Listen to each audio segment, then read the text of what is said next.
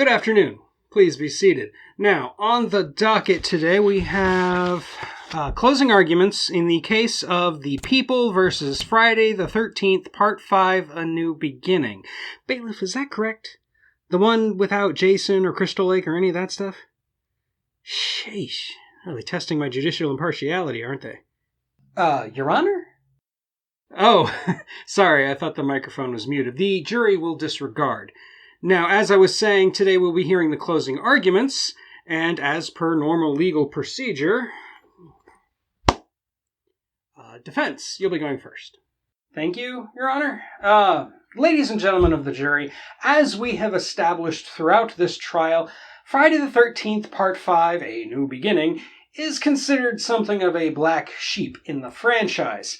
It takes place in a mental hospital away from Camp Crystal Lake, features a Jason copycat killer, and is generally regarded as one of the weakest entries in the entire franchise, only saved the dubious honor of being the worst by virtue of Jason Goes to Hell.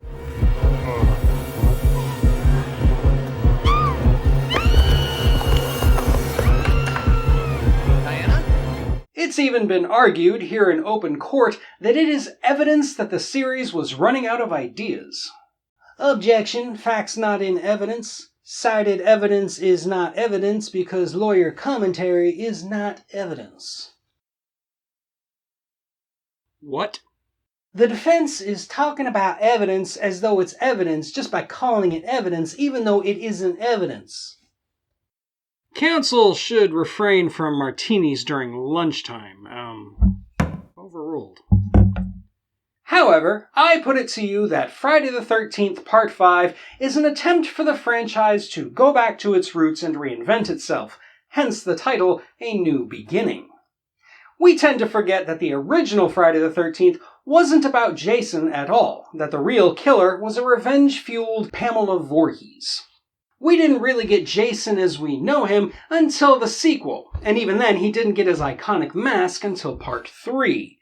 The earliest films had elements of psychological horror to them, especially Part 2, when psychology student Ginny Field manages to get in Jason's potato sack-covered head by pretending to be his dead mother. Similarly, Part 5 is trying to get back to that aspect of the series by becoming a character study of Tommy Jarvis, an older version of Corey Feldman's character from Part 4, the troubled kid who killed Jason and must now live with the trauma. The plot hinges on the idea that Tommy, already established to be someone with experience making Halloween masks... Objection! That's the wrong slasher franchise! Sustained. You're on thin ice, counselor. I am so getting an appeal out of this. Tommy, who has experience making detailed masks, might be the killer, but in the end, he must literally come face to face with his demon and defeat it, all while protecting young Reggie from having to go down the same road he did. And as for the real killer, Roy, his motivations are eerily similar to Pamela's from the original film, in that he wants revenge for the death of his child. That's all very clever and thematically satisfying, but it's not the only reason Friday the 13th Part 5 deserves better. From the outlandish demon to that girl doing the robot, this movie has some of the most memorable supporting characters in the entire canon, and it doesn't hesitate to kill off its most annoying characters like Joey and the Hubbards before they've overstayed their welcomes. It also strove to give audiences what they wanted by upping the kill count and nudity to unprecedented levels, resulting in the film being a huge success at the box office upon release. Sure, the MPAA had it out for the film and forced it to be edited to within an inch of its life, but that can hardly be considered the film's fault, now can it? Is it a perfect film? Of course not, but there's no such thing as a perfect film. However, as a Friday the 13th movie, it delivers everything it is supposed to, strives to take things in a new direction that includes legacy themes of psychological horror, and carries the torch for the next entry. And with that, the defense rests. Very well. Now, you in the jury. Yes, you, the one eating the Doritos. Stop doing that in my court, please. It's very distracting. Thank you. Now then, Counselor. I'll make this brief, Your Honor, because we all know that the defense is grasping at straws again. Objection, Your Honor. Overruled. We can all see you. The bias in this court is unbelievable. There is a big difference between defending a movie on its merits and just plain old making excuses. It's all well and good for the movie to attempt to deliver a psychological character study on Tommy Jarvis and make us all question whether or not he's the killer, but the movie doesn't really succeed at that, now does it?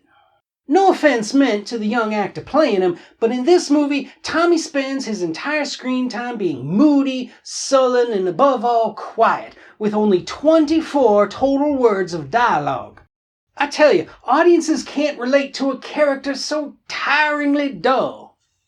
As for the big twist that the killer is actually the random paramedic from the start of the movie, did anybody in the entire world see this movie for the first time, see him unmasked and go, "Oh, of course, I should have seen that coming"? No, sir, not a single soul did. Objection, lack of foundation. None of us are wearing makeup, Counselor. Overruled.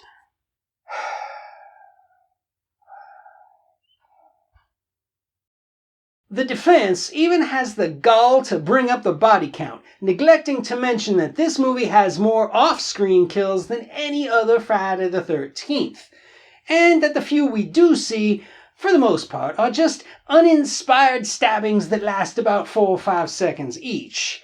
Sure, Demon getting killed in the outhouse is memorable, but only because of how gross it is. I was still trying to get over the fact that a few moments earlier, his girlfriend was hugging the outside of the latrine and singing to him while he was having his explosive enchilada excretions.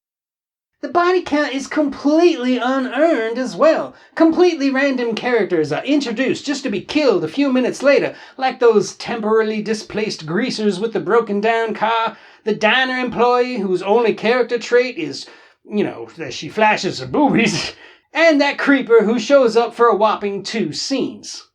It ain't delivering anything but a tease, and blaming the MPAA isn't going to excuse that. Lest we forget, this movie was made by a director of actual pornography, and it shows. I respect my colleague for doing his due diligence and delivering the strongest defense one can muster for the sake of his client, but there's no getting around it. Friday the 13th Part 5, A New Beginning, is just a bad movie. Period. Okay then. Thank you, counselors. As to the jury, you are hereby instructed to deliver your verdict in the comments below to decide whether the movie is guilty of the crime of being terrible. Now, please keep your internal discussions civil and let the facts supersede your personal opinions. Also be sure to hit the like and subscribe buttons regardless of your decision, and I thank you for your time and consideration. Dismissed. Friday the 13th, Part 5, A New Beginning, is considered something of a black sheet of the... Black sheet? Really? It's all well and good for the film to attempt to deliver a psychological character study on Tommy Jarvis, but that doesn't make... We tend to look past the fact that the original Friday the 13th wasn't about Jason at all, and that... However, I put it to you that Friday the 13th Part 5 was an attempt to go back to basics and reinvent the franchise. The body count is... However, I put it to you that Friday the 13th Part 5 was attempt... This is really hard! It ain't delivering anything but a tease, and blaming the MPAA isn't gonna... MPAA? However, I put it to you that Friday the 13th Part 5 is a... Oh, this is really hard. Sure, the MPAA had it out for the film and forced it to be edited to within an... Oh my god.